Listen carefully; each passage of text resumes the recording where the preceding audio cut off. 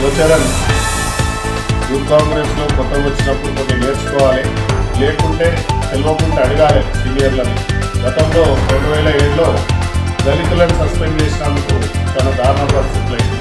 ఈరోజు దళితులని, హైదరాబాద్లో స్థానికులను, దళితులని, మైనార్టీలని, Christian మైనార్టీలను suspend చేసినంత మాత్రాన హైదరాబాదే అలదాయా? హైదరాబాదే మైనార్టీ, దళితులది, క్రిస్టియన్ మైనార్టీలది, యాదవులది.